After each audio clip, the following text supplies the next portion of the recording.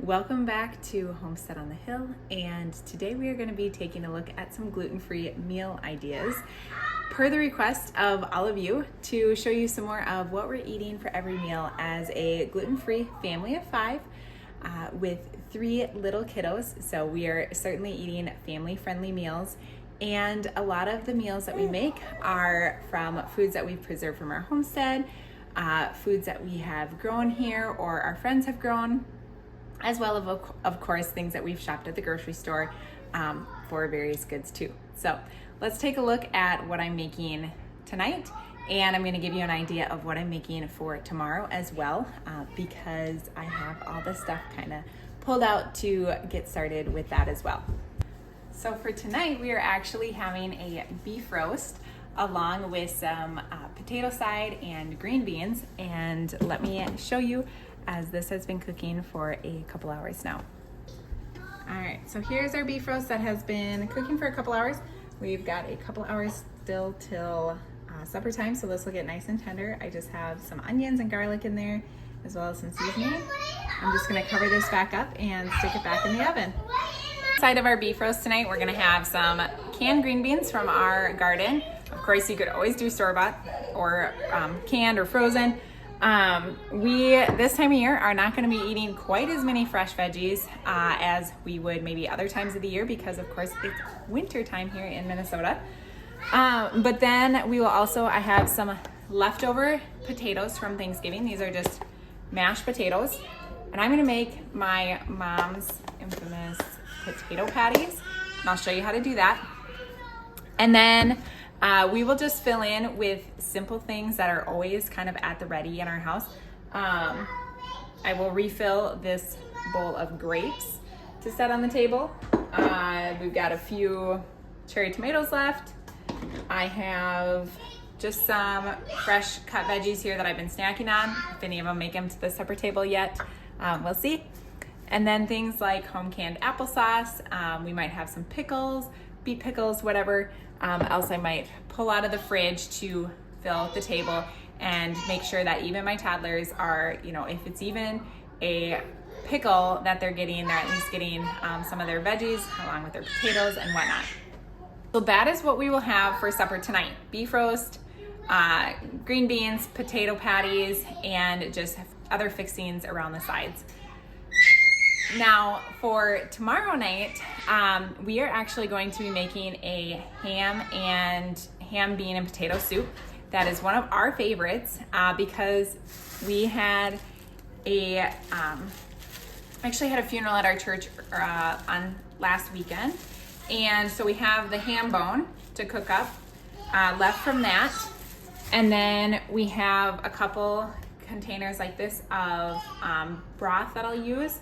And then I would typically make with dried black-eyed peas, but I grabbed these for 60 cents a can at the grocery store, so we're gonna use up some of these. And then I have some extra ham that I just had canned on the shelf that we're gonna utilize, and then I will chop up some fresh potatoes to throw into that soup as well. So we're gonna be putting that in the crock pot either tonight or in the morning, and so we're gonna have a ham, bean, and potato soup tomorrow night for supper. So let's get to making those potato patties though for tonight. So for the potato patties for tonight, we're gonna take the leftover mashed potatoes and just stick them in a microwave safe bowl, and I'm gonna heat these up a little bit, and actually I'm gonna throw in a couple tablespoons of butter as I heat them up, just to make them easier to mix an egg into. All right, so I just microwave these for a couple minutes, and I just want them warm enough that I can mash them.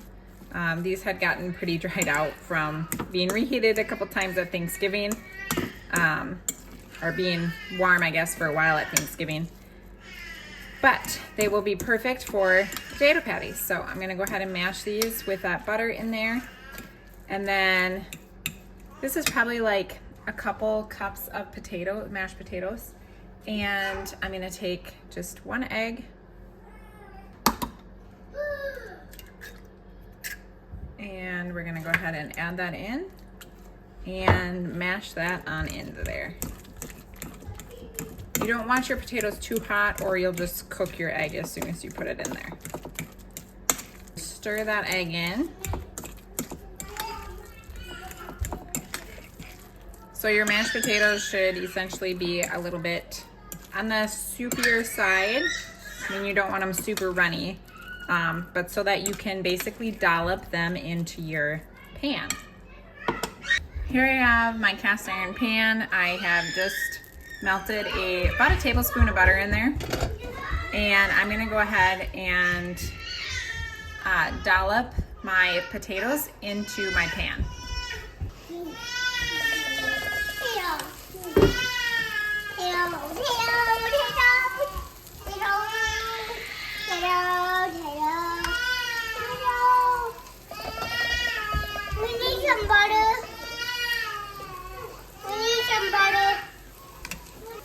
And then we're just gonna go ahead and give these a flip once they have started to brown.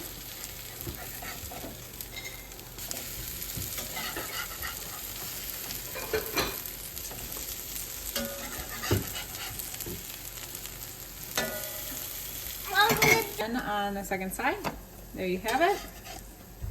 Potato patties. They're super simple, totally a little different spin than eating your mashed potatoes again. And we like to put either just a little salt on them, or even some ketchup is really good on them.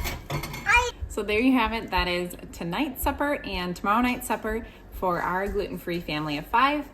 Fairly simple, basic meals, but just to give you a few different ideas of what you could make for your family as well. And if you enjoyed seeing a video like this, I would so appreciate it if you'd give it that thumbs up. And if you want to see more videos like this along gluten-free baking and cooking, go ahead and hit that subscribe button and come back and check out the rest of our gluten-free content. See you later.